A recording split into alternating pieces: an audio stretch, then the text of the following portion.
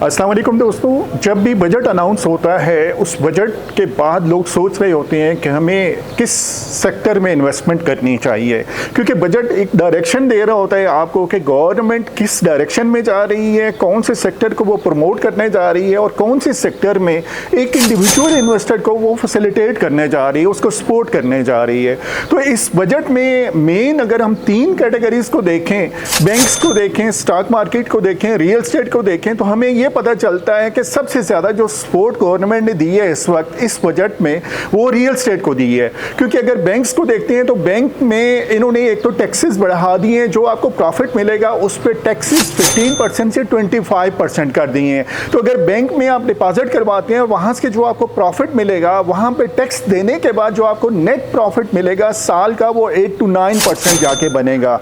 लेकिन उसके बाद फिर दूसरी साइड पे अगर हम स्टॉक मार्केट को देखते हैं तो उसमें उन्होंने टैक्सेस पहले वाले ही रखे हैं।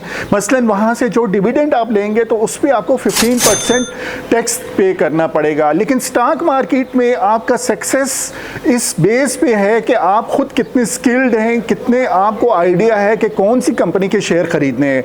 अगर आपको खुद आइडिया नहीं है, खुद आपको पता नहीं है कि कौन सी कंपनी बेहतर है, तो ज़्यादा चांसेस ये हैं कि शायद आप वहाँ पे अपना नुकसान कर बैठें।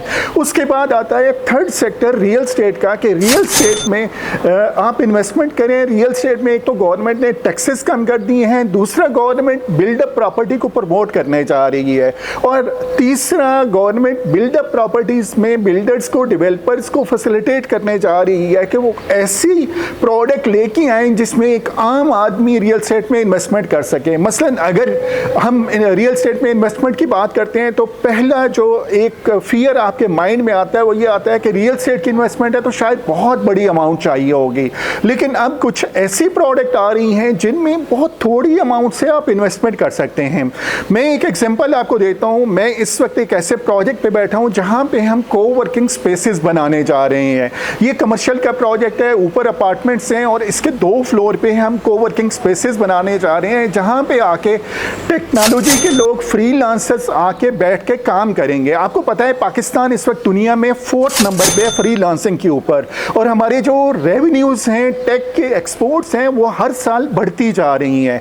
तो हमें ज़रूरत है कि हमें अपनी कम्युनिटीज़ के अंदर कुछ ऐसी वर्किंग स्पेसेस बनानी है जहाँ पे आके फ्रीलांसर्स बैठ के काम कर सकें, क्योंकि घर में बैठ के काम नहीं हो सकता। घर में फैमिली होती है, बच्चे होते हैं, उनकी स्टडीज़ चल रही होती हैं, पेरेंट्स होते हैं, घर वालों की ज़रूरियात होती हैं, तो आपको एक ऐसी स्पेस चाहिए होती है जहाँ पे बैठ के जाके आप काम कर सकें। तो हम कुछ कोवर्किंग स्पेसेस लेके आ रहे हैं जहाँ पे आप बहुत थोड़ी अमाउंट्स में इन्वेस्टमेंट कर सकते हैं और वहाँ से आपको रेंटल इनकम मंथली आती रहेगी। मसलन मेरे पास इस वक्त जिस कोवर्किंग स्पेस में मैं बैठा हूँ, इसको हम फिनिशिंग इसकी स्टार्ट करने जा रहे हैं और इसमें सीड्स हम सेल कर रहे हैं, और पर सीट हम 12,50,000 की सेल कर रहे हैं।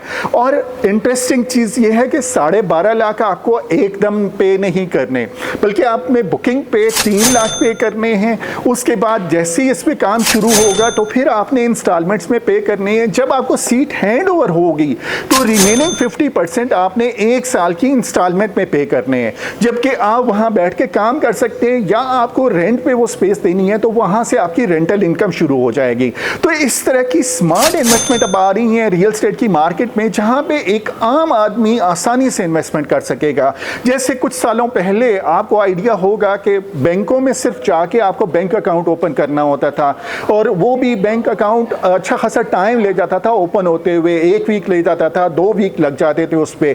लेकिन उसके बाद इजी पैसा, जैज़ कैश आया और उन्होंने इतना आसान कर दिया कि अब हर बंदे के मोबाइल फ़ोन के ऊपर इजी पैसा या जैज़ कैश है। और जो स्किल्ड लोग हैं जैसे इलेक्ट्रीशियन हैं, प्लम्बर हैं, जो कैश एंड कैरी वाले हैं, सब्जी वाले हैं, उन्होंने इजी पैसा के अकाउंट अपने बनाए हुए हैं और वो बिजनेस ट्रांजैक्शन सारी इजी पैसा के थ्रू कर रहे हैं। तो एक आम आदमी के लिए उन्होंने बैंकिंग ट्रांजैक्शन बहुत आसान कर दी। इसी तरह से रियल एस्टेट में अब ऐसी चीज़ें, ऐसी प्रोडक्ट आ रही हैं जहाँ पे एक आम आदमी आसानी से इन्वेस्टमेंट कर सकेगा, तो वहाँ से उसे रिटर्न भी बहुत बेहतर मिलेगा। जैसे मैंने शुरू में वीडियो में आपको एग्जांपल दी थी कि बैंक्स में अगर आप इन्वेस्टमेंट करेंगे तो वहाँ से टैक्स डिडक्शन के बाद जो आपको प्रॉफिट मिलेगा उस साल का 8 to 9% होगा। लेकिन अगर आप रियल एस्टेट में इन्वेस्टमेंट करते हैं तो रियल एस्टेट में आपको 2 फ़ायदे होते हैं। पहला फ़ायदा ये होता है है कि आपको रेंटल इनकम आ रही होती है। वो एवरेज अगर अच्छा प्रोजेक्ट है तो वहाँ पे आपको 5% के करीब मिलती है, रेजिडेंशियल में जाते हैं तो अराउंड 3% के करीब मिलती है।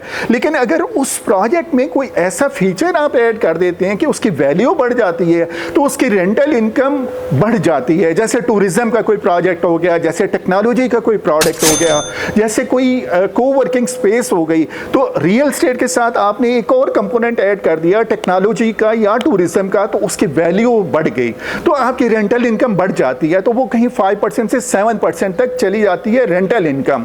अब रियल एस्टेट की खूबी है कि रेंटल इनकम के बाद जो दूसरा बड़ा फायदा होता है वो एप्रिसिएशन होती है कि आपने जो प्रिंसिपल अमाउंट इन्वेस्ट की थी वो भी बढ़ रही होती है। तो वो एवरेज अगर रिज्यूम आप करें रियल स्टेट में, मैं मिनिमम पे चाहता हूं कि 8% तक भी आप अस्यूम करें कि आपकी एनुअल अप्रिसिएशन होती है, तो 8% वो और 7% ये, तो आप 15% आप एनुअल इनकम पे चले जाते हैं। लेकिन अगर बैंक्स में जाते हैं तो आपको 8 to 9% मिलता है। इसमें रियल स्टेट में बाज़ औक़ात जब मार्केट बहुत बेहतर होती है तो आपकी अप्रिसिएशन भी 8% से बढ़ के कहीं 10%, 12% तक चली जाती है और रेंटल इनकम भी बढ़ जाती है। और जितना आप इसे लंबा होल्ड करते हैं, एक चीज़ आप ज़हन में रखिएगा कि होल्डिंग टाइम आपका जितना ज़्यादा होगा आपके रियल स्टेट में प्रॉफिट ज़्यादा होंगे। ये एक्सपेरिमेंट अगर आपको टेस्ट करना है तो अपने किसी रिलेटिव, किसी दोस्त से पूछिए जिसने कोई ऐसी प्रॉपर्टी सेल की हो जो आज से 5 साल 10 साल पहले उसने खरीदी थी, तो उसे कितना प्रॉफिट मिला। तो रियल स्टेट का एक और कंपोनेंट ये है कि आपको रियल स्टेट में इन्वेस्टमेंट करनी है तो लॉन्ग टर्म आपने होल्ड करना है। जितना होल्ड करेंगे इतना प्रॉफिट आपका ज़्यादा होगा। तो ये था आज का एक वीडियो आपके लिए कि हमारे पास रियल स्टेट की बहुत स्मार्ट इन्वेस्टमेंट्स आ रही हैं। मेरा नाम अरशद अमान है, हम होमी प्रॉपर्टीज़ के नाम से इस्लामाबाद में रियल स्टेट का बिजनेस करते हैं। मेरा यहाँ पे वीडियो में कॉन्टैक्ट नंबर आ रहा है, आप फ़ोन नंबर के थ्रू हमें कॉन्टैक्ट कर सकते हैं, आप हमें फेसबुक पेज के थ्रू कॉन्टैक्ट कर सकते हैं, आप हमें हमारे यूट्यूब चैनल के थ्रू कॉन्टैक्ट कर सकते हैं। हम आपके लिए बहुत कस्टमाइज प्रोडक्ट लेके आते हैं। अक्सर औक़ात ये देखा जाता है कि हर क्लाइंट की रिक्वायरमेंट डिफरेंट होती है, उसका कैश फ्लो डिफरेंट होता है, उसकी रिक्वायरमेंट डिफरेंट होती है, तो हम उस रिक्वायरमेंट को कस्टमाइज करके आपके लिए प्रोडक्ट लेके आते हैं। फेस टू फेस अगर आप विजिट कर सकते हैं, मिलते हैं, बैठते हैं, डिस्कशन करते हैं और उसके बाद इंशाल्लाह कोई बेस्ट प्रोडक्ट आपके लिए निकलेगी। Thank you so much.